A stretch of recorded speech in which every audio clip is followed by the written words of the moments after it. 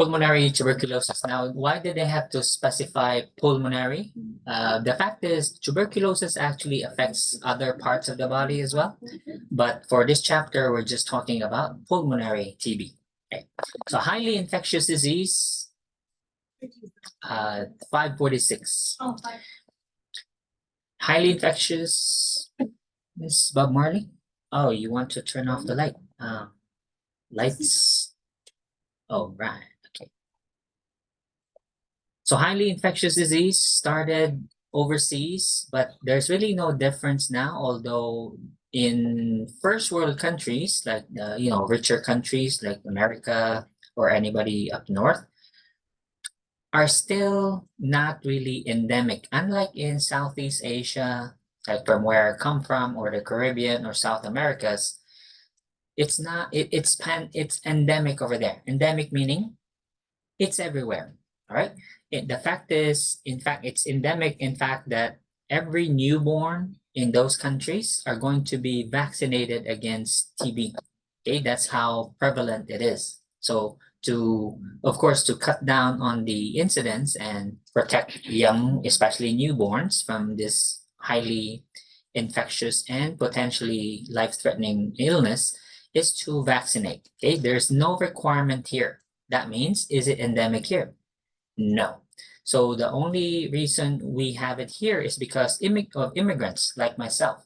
Okay, so we come here, we may have brought it with us, and basically, because the world is so much more connected, okay, we have flights everywhere, right? So, and most of these people don't really have symptoms all the time. So that way, when we actually diagnose them, then that's the only time we isolate them. Okay, so that's why it's still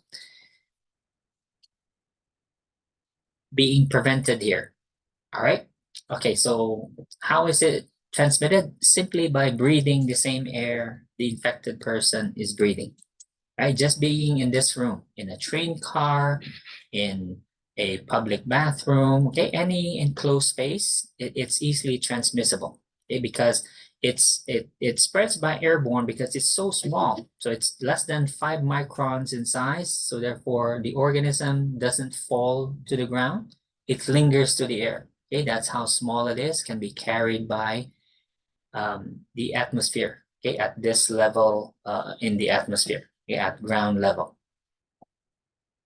So here are the associations. So anywhere there is poverty, malnutrition, overcrowding. When we say overcrowding, this includes nursing homes or any institutionalized patients. So it could not be just nursing homes, it could be mental health facilities, could be prisons, okay?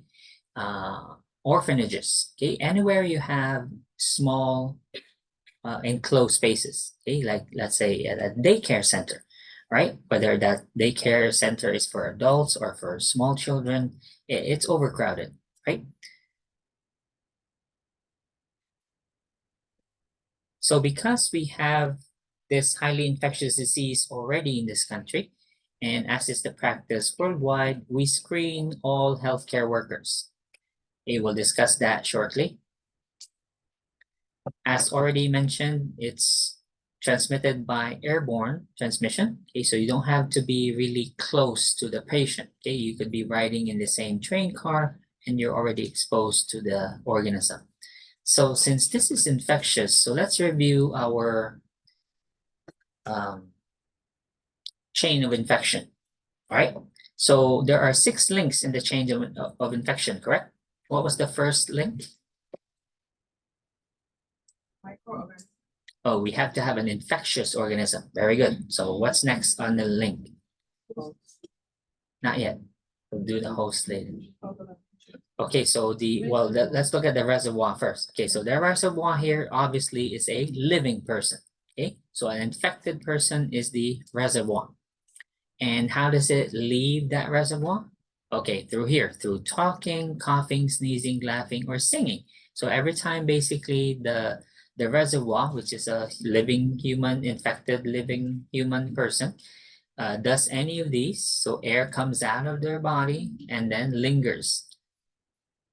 And then now spreads to other people. So that's now how it leaves the the reservoir. Now let's go to the portal of entry. So the portal of entry is the same as the portal of exit from that reservoir. So it's through when you breathe it in, through your nose or your mouth, okay? And then finally, that's the portal of exit. So it's the same as the portal of entry, okay? And then the mode of transmission, of course, is the airborne droplets. And then finally, we need a susceptible host, okay? Now, it has to be a susceptible host because every day while we ride public transit or whenever we're in a crowded space like this, we are exposed to TB, all right?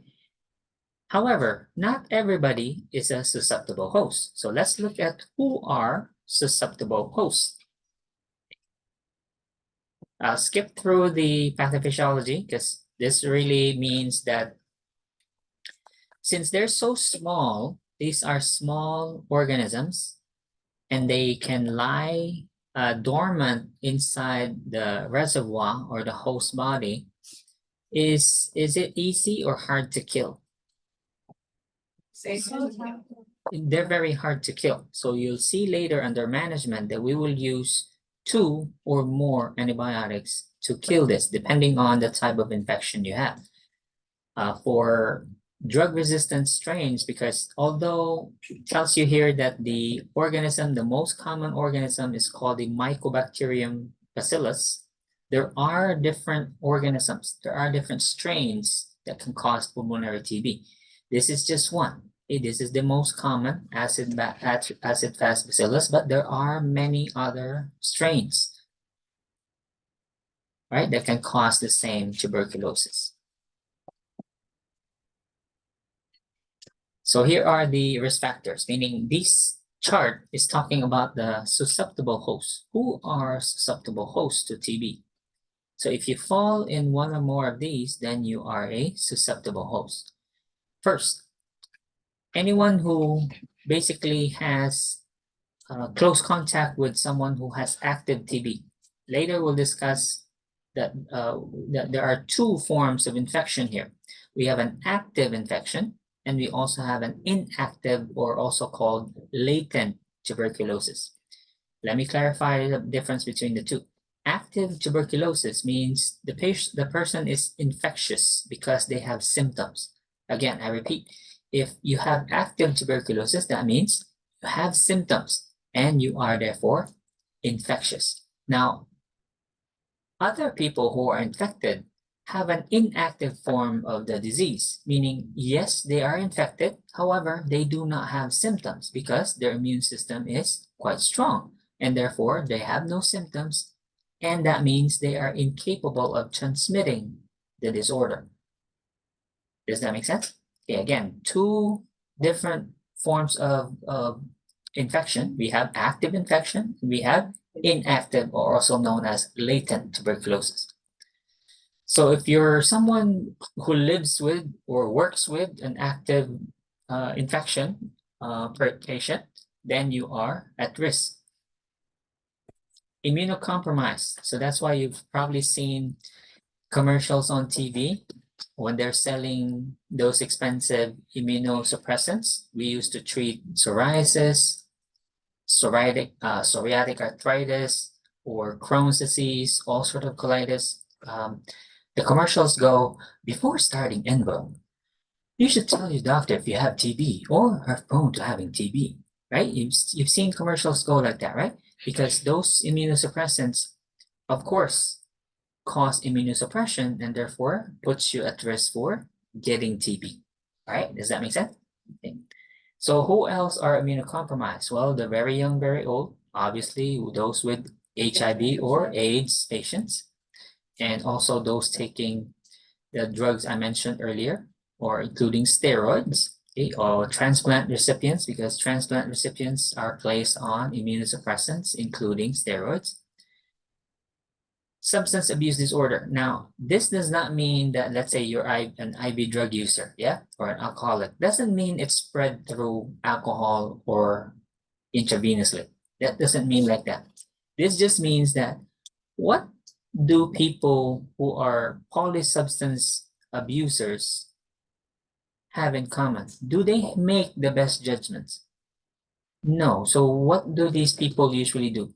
Where do they hang out? In dark, crowded places, hanging out with the wrong crowd. So are they in those enclosed spaces now? Yes, because they make, again, when they're under the influence, they don't make the best decisions. Okay, and then they are therefore exposed once they're under the influence. No health care, no homeless people exposed to the elements. Those with chronic conditions, diabetes, CKD, malnourished, including cancer. Yes, Miss Miriam? Say hi. Immigrants. Now, as far as immigrants from these countries, it doesn't have to be forever, right? So this immigration must have happened within the last 5 years. So for, let's say you've been here for 20 years, you've been here for 10 years, you don't count anymore, right? It's only for if you've recently immigrated in the last 5 years. Okay, so you are high risk. But after that, I mean, you've been here too long. So same thing here. So crowded places and being a healthcare worker. Are you healthcare workers? Yes. So anyone working in, who do we count as healthcare workers, by the way? Do you have to have patient contact? No. Not necessarily. Okay. If you live or work in a healthcare facility, you are considered a healthcare worker, even if you're in the kitchen, right? Because let's say you're in the kitchen. Let's say, oh, but I'm a line cook. I don't go delivering food trays to the patients. Well, what about those people who do deliver food trays? Do they come in contact with you? No. Yes. Yes, because you work in the same kitchen. Right? Doesn't matter. You're still on the floor. Remember, with TB, I mean, that's the same air, right? Circulating in that unit. Yeah. Okay. So that's why also in relation to what Miriam mentioned, so let's say you were working this day on the unit, and then the patient later tested positive for active TB. So all of you that work that day will be under surveillance, okay? Because this is all communicable diseases are tracked by the Department of Health. I repeat, all communicable diseases are tracked by the Department of Health. So that includes TB, HIV/AIDS, hepatitis, okay? Anything infectious is tracked. Okay? They won't, of course, publish, but they'll have files on you. So once they know that you've been exposed, for instance, or you have that disease, they have a file on you. Of course, these are highly confidential. They only identify you with numbers, right? And they have to do surveillance because you are infectious. So therefore, wouldn't you want someone infectious to be tracked? Like, who is this patient? Where is this patient working? What are they doing? Right? So let's say you have your HIV status is positive. So do we want to track? Like if you're, let's say, oh, you're working as a sex worker. Do we want you doing that? Well, of course, okay? So that's the reason why we track people, all right?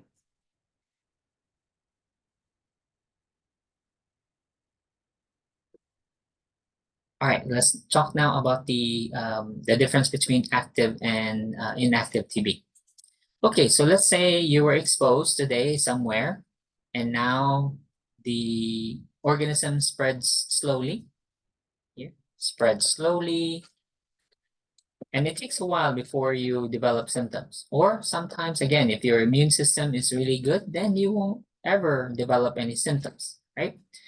I'll use myself as an example.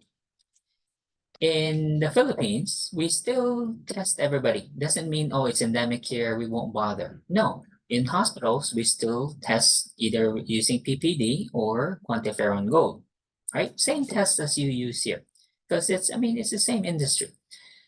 I've never tested positive back home all my life. Okay? When I came here, 1 year after I came here when I was 28, and started working. So the next year of working, when I was due for my PPD, I tested positive.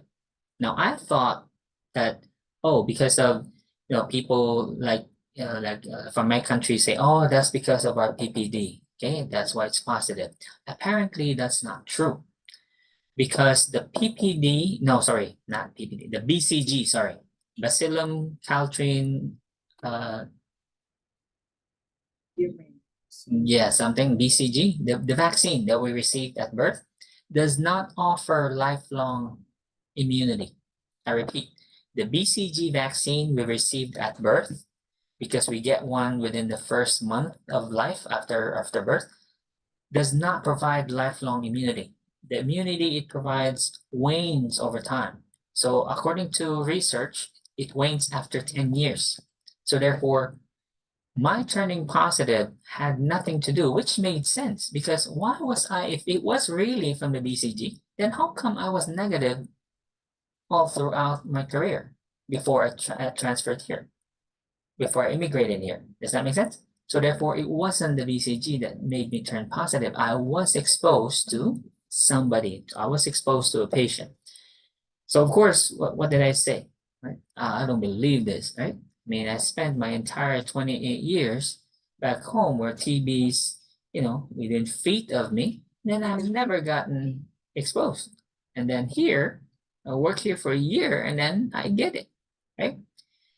So I was offered treatment, okay, because even if it's inactive, I have no symptoms, I have latent TB, I'm not infectious, I don't need to be treated, I can choose not to be treated. But why would I refuse treatment if I have it inside me? Do you follow? So I agreed, okay, yeah, all right. And I asked my brother, no, I asked his opinion. He said, oh yeah, go ahead. We do the same here. Okay, he told me, yeah, the practice is the same here. Positive, latent TB, we treat them. Okay, of course, it's not mandatory, right? Because again, I'm not infectious, but I chose to receive treatment. So I chose the treatment, which is 6 months. I'll discuss the treatment when we get to management. Okay. Okay, for this one, since this is infectious, we'll follow the CDC guidelines here. So I'll take you to the CDC website in a few minutes. Let's go manifestations first, and then we'll go to the testing. Manifestations are the following. If you have symptoms, these are your manifestations. It's found in 2 paragraphs. This paragraph, and again in this paragraph here. I don't know why they mentioned it twice, but it's in 2 different places, under clinical findings and also under assessment and diagnostic findings. Any questions so far? All right. So in diagnosis, of course, we have the annual screening, right? We test all healthcare workers as well as all residents in long-term care facilities for TB. So we either use PPD or, now the reason why we do the QuantiFERON Gold test, this one right here, is because this test is not affected by the BCG. So it tells you here under QuantiFERON, TB blood tests are preferred diagnostic tests for patients who have received BCG and for patients who are not likely to return for a second appointment, because we have to read the PPD test, right? So this one is preferred, okay, for these types of patients. So therefore, if you test positive on the QuantiFERON Gold, that means even if you receive the BCG, it is going to confirm it, okay, because this test is not affected by a prior BCG vaccination. Does that make sense? All right, now let's go to the most common test, which is the PPD, also the cheapest. You practice intradermal injections, right, in fundamentals or MedSurg 1? Yes. Yes, all right. And how do we interpret this again? It's read how long? 48, and the second reading is 72 hours. So you return 2 days and also on the third day after the PPD was planted, and then you read it. What are we looking for? Reaction. What is that reaction? Swelling. What do we call that swelling? Induration. Okay, so figure 19-3 explains the induration. So what is induration? The raised area, okay, not the area of erythema. What is erythema? Redness. Okay, so we're not looking for redness. We're looking for the indentation. Okay, so the raised area. How big is the raised area? Now for interpretation, let's go to the CDC website.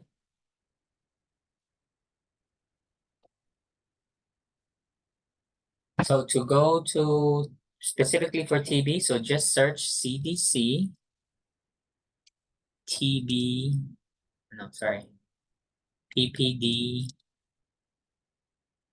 guidelines. Okay. And then it should take you here.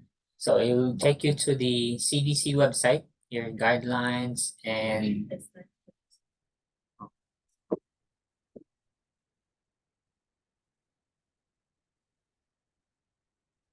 right. So open any browser, type in CDC PPD, and it will open this one. Right. And then just scroll down.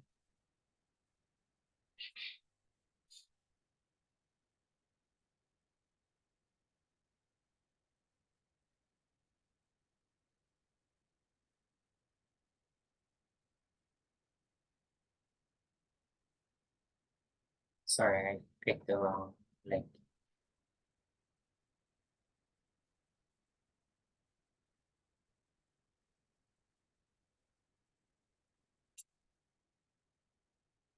Oh, that's why.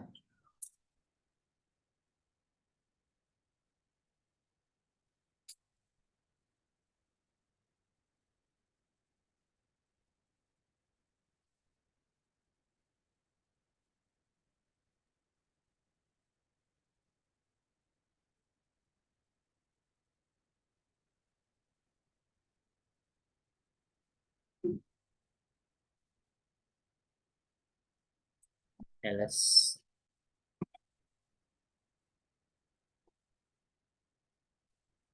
All right, so let's specify our search to CDC PPD interpretation.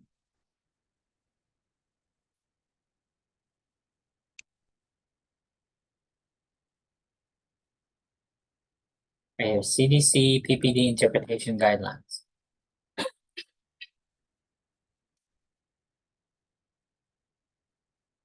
Okay, so the link is, do you want me to send you the link? All right, I'll copy the URL and then send it. Oh, probably not.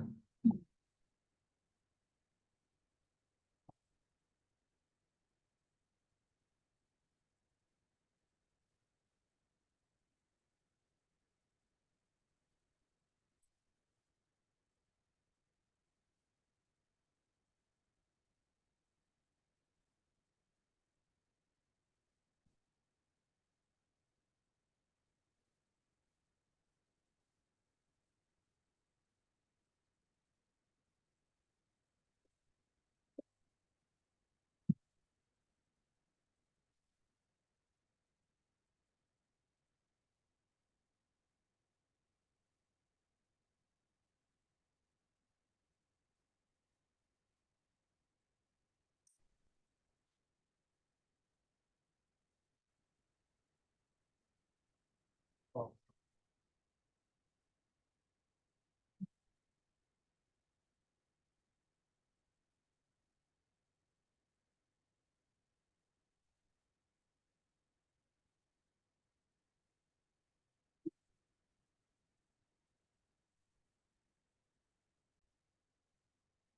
I'll send you the link shortly because they keep moving it. Right, I don't like how they presented it. I liked it in a table. The original fact sheet from the CDC was in a table. You like tables better, yeah? Right. Anyway, I'll put, you can create your own table. So there are three groups of people who are considered positive.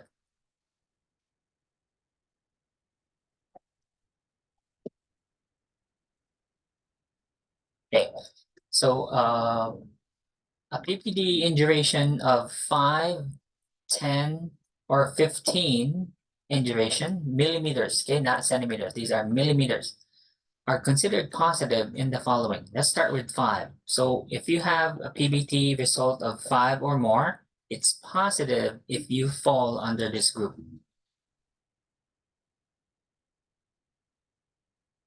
So immunocompromised people, organ transplants, for instance. Okay, so any of these people here who have a 5 or more in duration, 5 or more millimeters of induration, you will have a positive PPD. Any question? No. All right, let's go to 10. So you are considered positive if your PPD in duration is 10 millimeters or more, and you are one or more of these patients. You are an immigrant within the last 5 years. You live and work in a healthcare facility or any of those high-risk areas involved, those prisons, mental health facilities, nursing homes, any of those institutions, crowded institutions, or substance drug abuser or alcohol abuser, children under 5, or you work in the laboratory that handles specimens. A question, Miriam? I want to say that Not all the time. Like myself, for instance, I was an immigrant at one point. I was not positive when I came here. So we were tested before leaving, and then we were also tested upon arrival. I was negative. And then I turned positive a year later after staying here. So that's not really true. So we testing ones. Okay, a positive PPD test means that you were exposed to TB. Very good question. So a positive PPD or a positive quantiferon gold, any test for TB only says that what again? Any TB test means that you've been exposed to tuberculosis. Again, any test for TB, whether it's PPD, quantiferon, T-spot test, any testing means you've been exposed to tuberculosis. We'll get to whether or not you have active or inactive disease later. All right, let's finish this first, and then we'll go to the next topic. Now, induration of 15 or more is positive in everybody else that has no risk factors for TB, meaning none of the people under 10, none of the people under 5. Does that make sense? Okay, so let me ask you, where are you under now? So to be positive, what should your PPD result be? Right. The correct answer is 10. Because where are you under? Are you under 5? Are you HIV positive?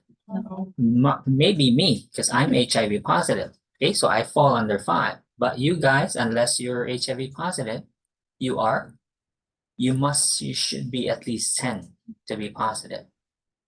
All right? Do you understand that? Probably before you came to nursing, meaning before you started going to clinical, you were doing something else in another field, you were 15. But now, to be positive, you'll be at least 10, right? Any questions? All right, let's go back to your textbook. I'll send you the link to this one. So remind me not to close that window. All right, so let's go now to the interpretation.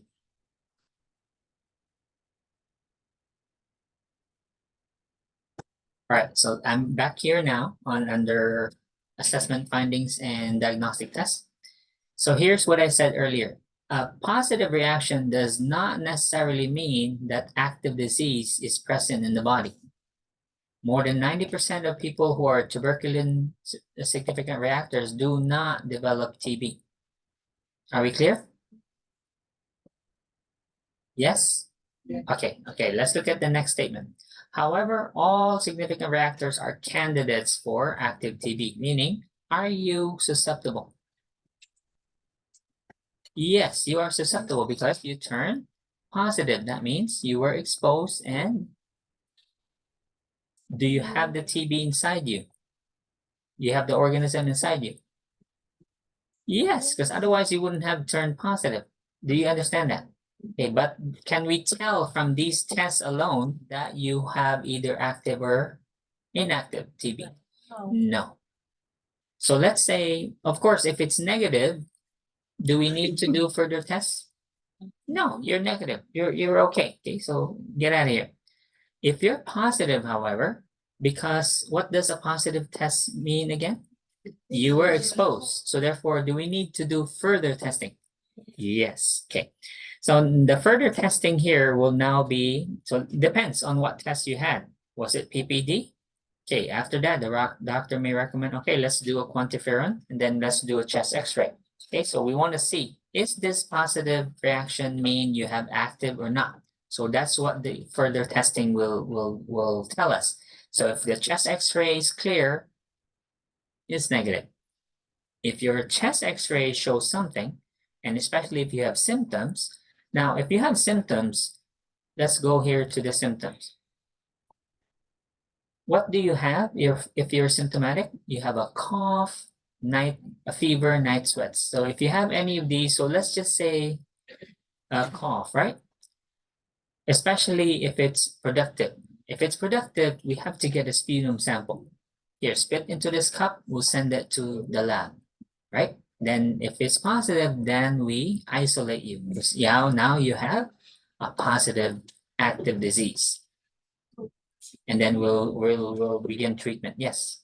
So you mean that if they leave the person standing and then Start over.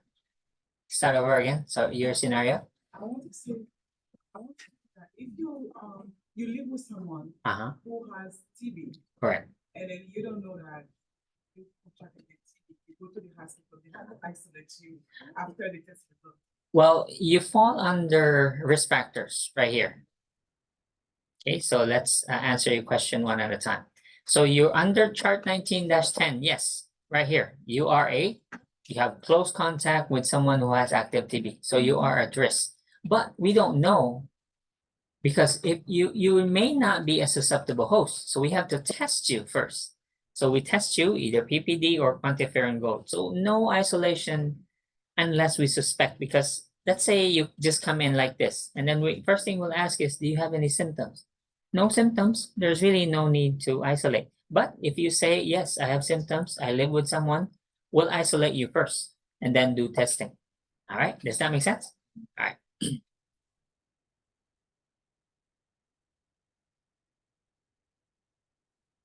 All right, let's go now to treatment. Yes. The sputum.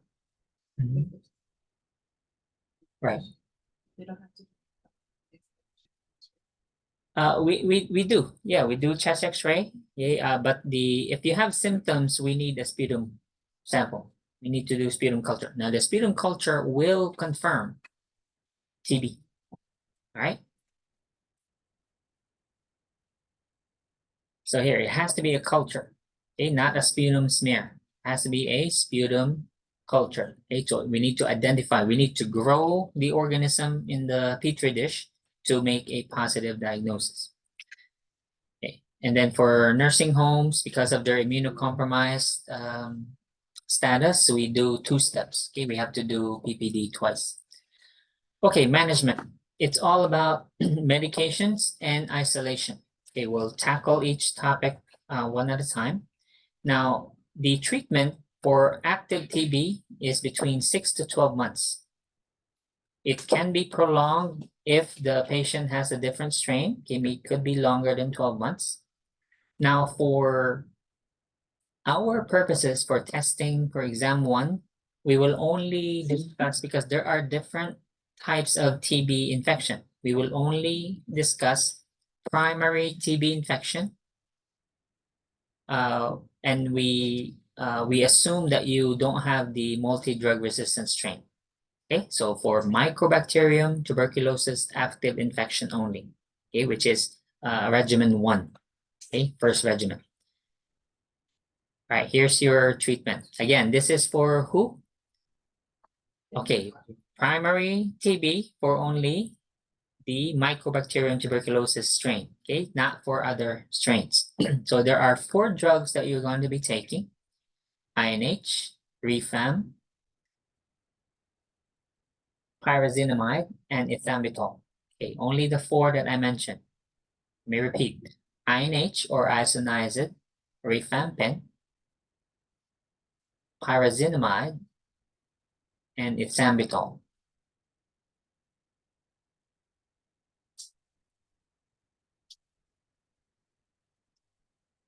Questions on exam, because these are drugs that we take for how long? So let me go first with the duration. How long will the patient be taking this? Now, it's important for you to know, and I'll be testing it because you're the ones explaining this to the patient. There are 2 phases in the treatment.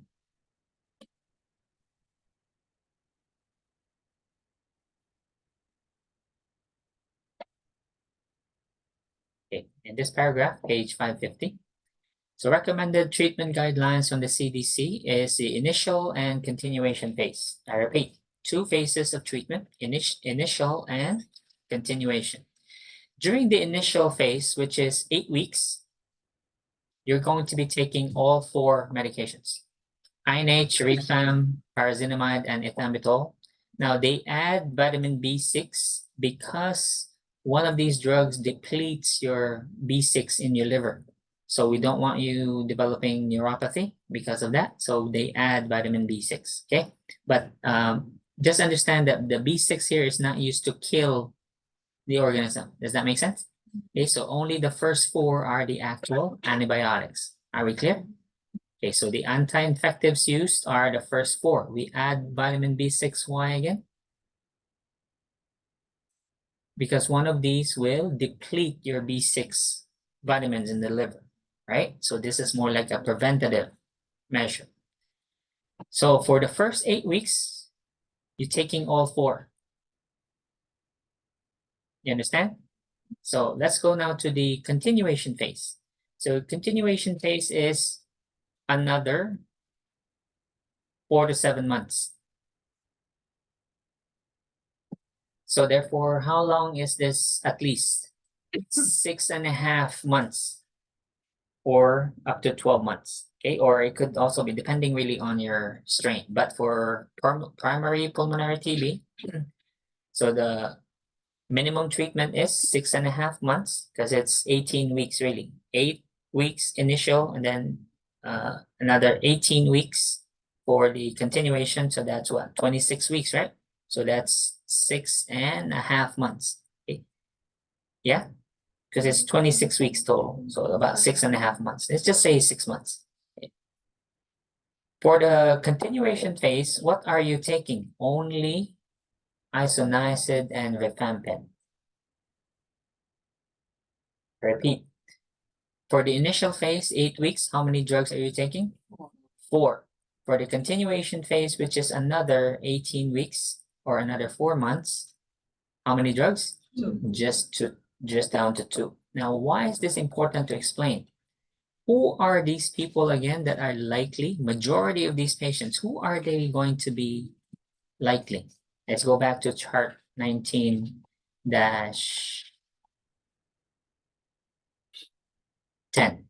Who are these patients? Yeah, they could be us, or they could be IV drug users, alcoholics, homeless persons, okay, prisoners, or nursing home patients. All right, so are they likely to be compliant with the therapy? Majority will not, because let's say it's a homeless person. Where is exactly their home? Straight. So how are you gonna monitor them? How are you gonna track them? The truck. Are you gonna go under each bridge, find them? So which bridge are you hanging out under this week? right? So it's not easy, right? Okay, so if that's the case, if the provider assesses that compliance will be a problem with these patients, you can be institutionalized. What does that mean? Meaning momentarily you will lose your basic human rights. Okay, so let's say we have the right to travel, right? Nobody can tell us where to go. Not if you have active TB. Okay, so the Department of Health has a limited police power, meaning they can quarantine you. So that same power of the Department of Health that can use the military, they can use the police to quarantine a whole a whole number of populations. Okay, so that same power is exercised here. Do you understand? So for infectious diseases like this, you have active TB. So the law says we can't have you out, walking in the subway, entering the subway, infecting people. We have to treat you first, and then you can go. All right. So let's go to the. So any question about the treatment? How long and what drugs? Pretty simple, yeah. Okay. So for the side effects, I won't read them for you. I'll just emphasize a few things. Okay. Or I'll give you, what exactly to study on the table. It's pretty much everything. INH. So which one of these drugs will therefore cause the B6 to be depleted? It's INH right here. Pyridoxine is your vitamin B6. Okay. Now it tells you here that this drug is harmful to the liver. Yeah. Okay. It has here peripheral neuritis and then hepatic enzyme elevation. That means it causes liver damage. Let's look at the second one, rifampin. Also causes liver damage and turns your urine and other body fluids. That means your eyes and your vaginal secretions, possibly your semen also will turn orange. Okay, or other books will say reddish orange, but you know the color orange, right? And there are different shades of orange.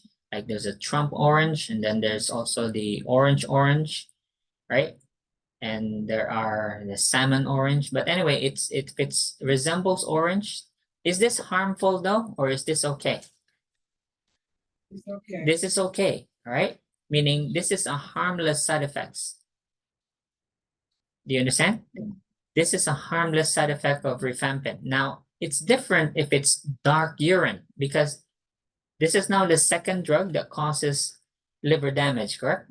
Now, how do you know your liver is damaged? What will be the color of your urine? It's going to be dark, like dark tea. You've seen anybody pee like soda, Coca-Cola? When they pee, it looks like Coca-Cola. Yeah. Dark tea color. So that indicates liver damage. All right. So that's different from orange. Coca-Cola is not orange, is it? No, it's a totally different color. So if it's orange, you're taking rifampin, that's a harmless side effect.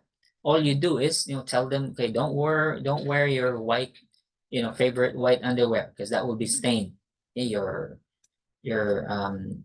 Angel, I don't know what Victoria's Secret underwear collection you got, and then you like them, and then they'll be stained, okay, orange permanently. Yes, Miriam?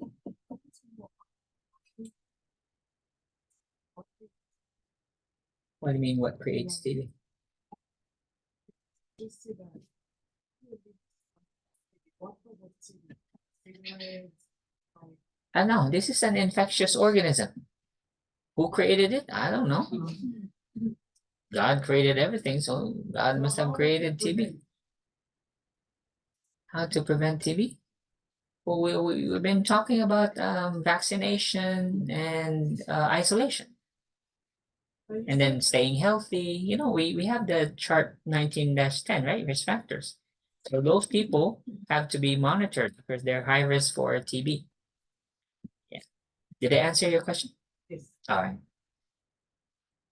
Okay, so let's continue with the other drugs. So we've got INH, rifampin. We'll skip through these two. Then let's go to PZA, pyrazinamide. This one also is harmful to the liver. Plus, on top of that, it also causes hyperuricemia, meaning it will cause gout. Okay, so on top of liver damage, it also causes gout symptoms. Okay, so we'll talk about gout later in the semester. But for now, for gout, we of course treat gout with medications, okay, like allopurinol, for instance. So if you, not everybody, okay, but if the patient does develop symptoms of gout, we have to treat it, okay, while on this drug. And then finally, ethambutol. Ethambutol says nothing about liver damage, does it? You see any liver damage here for ethambutol? Nothing. Only it says optic neuritis, which can lead to blindness. So here, can the patient say, oh, I can drink alcohol because ethambutol doesn't have any alcohol? Can they say that? No, because you're taking 3 other drugs that do, right? So you can't excuse, oh, at least there's one drug that doesn't damage the liver. Phew. Okay, but the other 3 do, all right? So since this causes optic neuritis, should we establish an eye exam before taking this drug? Yes, we need to establish a baseline eye exam. That way we can tell whether there are any changes, right? Because this can cause blindness. And that's about it for the 4. All right. One thing not mentioned in this table is just in case it comes up on the NCLEX. Now, ethambutol, according to other textbooks, although it doesn't cause liver damage, the drug, when taken with alcohol, causes severe nausea vomiting. So severe that you wish you never drink alcohol again while on this drug. Okay, it's that severe. Like you'll never forget it. Like you'll regret having drank alcohol while taking it. It's that bad. Okay, so let's go now to how long do we isolate? Okay, because you don't have to isolate the entire 6 months or 12 months. Okay, that's not necessary. All right. Here, so it's very important for the patient to finish the therapy, because otherwise what will happen if you start the therapy and then stop when your symptoms improve, because that's usually what people do, yeah? They improve, they stop taking, I'm good now. Yeah, so what's the most important part? Okay, they have to finish it because you will develop multi-drug resistant strains. Okay. All right. There are other details here for the drug, what to teach the patient. For instance, here, the medication either on an empty stomach or at least 1 hour before meals. Okay, so I'll include all these in the exam question. The importance of monitoring your liver enzymes monthly. Okay. So for non-adherence, DOT stands for directly observed therapy. What does this mean? Let's say we have a homeless person that is not likely to comply.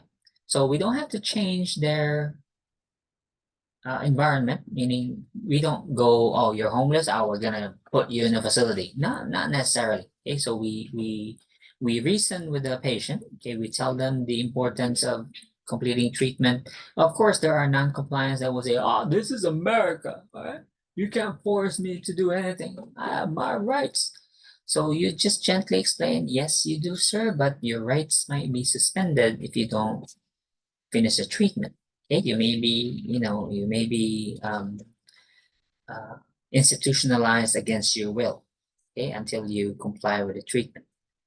So anyway, so right here tells you that each patient is assigned to a case manager. Now that case manager could be private or public, meaning this could be a community health nurse or a private practitioner assigned to monitor this patient for the whole duration of treatment.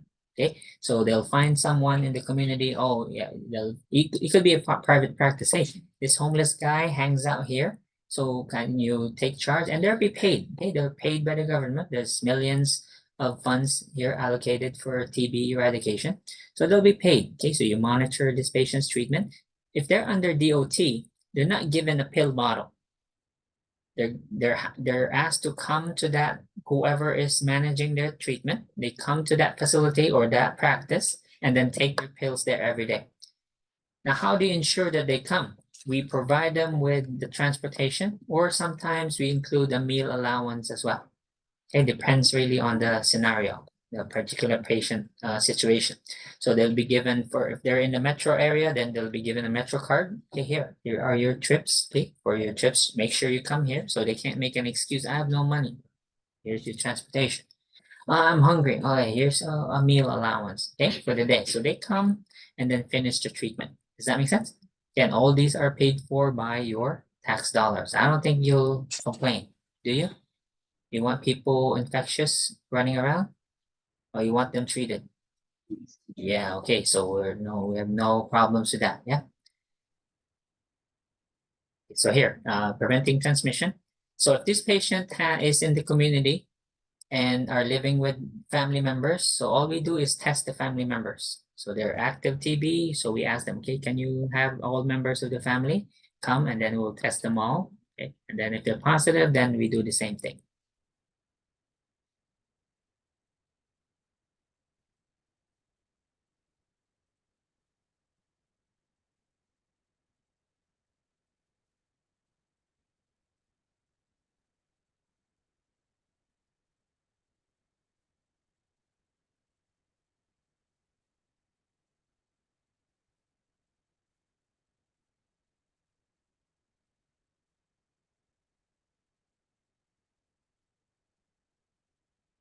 So how long are they infectious?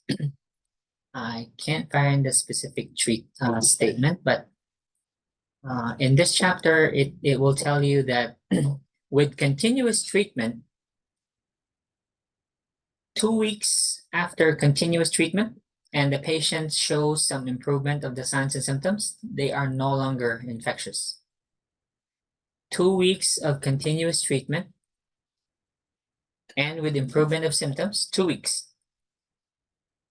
they're no longer infectious. But can they stop the treatment? No, they continue taking the treatment. Okay, so they need to isolate only for how long? 2 weeks. And then after they've had medication for 2 weeks, symptoms improving, then they're free to go about. They're no longer infectious. Are we clear? Now, when can they go back to work? Well, we need 3 negative sputum samples. So, and the sputum samples are taken every 2 weeks. So every 2 weeks, so that means you can't go back to work for how long? 6 weeks. You can't go back to work for active TB. Okay, because we need 3 negative sputum cultures. And this culture, okay, not a smear. So every 2 weeks, we'll get a sputum sample after treatment. If it's negative, okay, you continue treatment, another 2 weeks, come back, okay, another sputum sample, then a third week. Once you have the third negative sputum sample, sputum culture comes back negative, then you can go back to work. All right. That's it for TB. Any questions?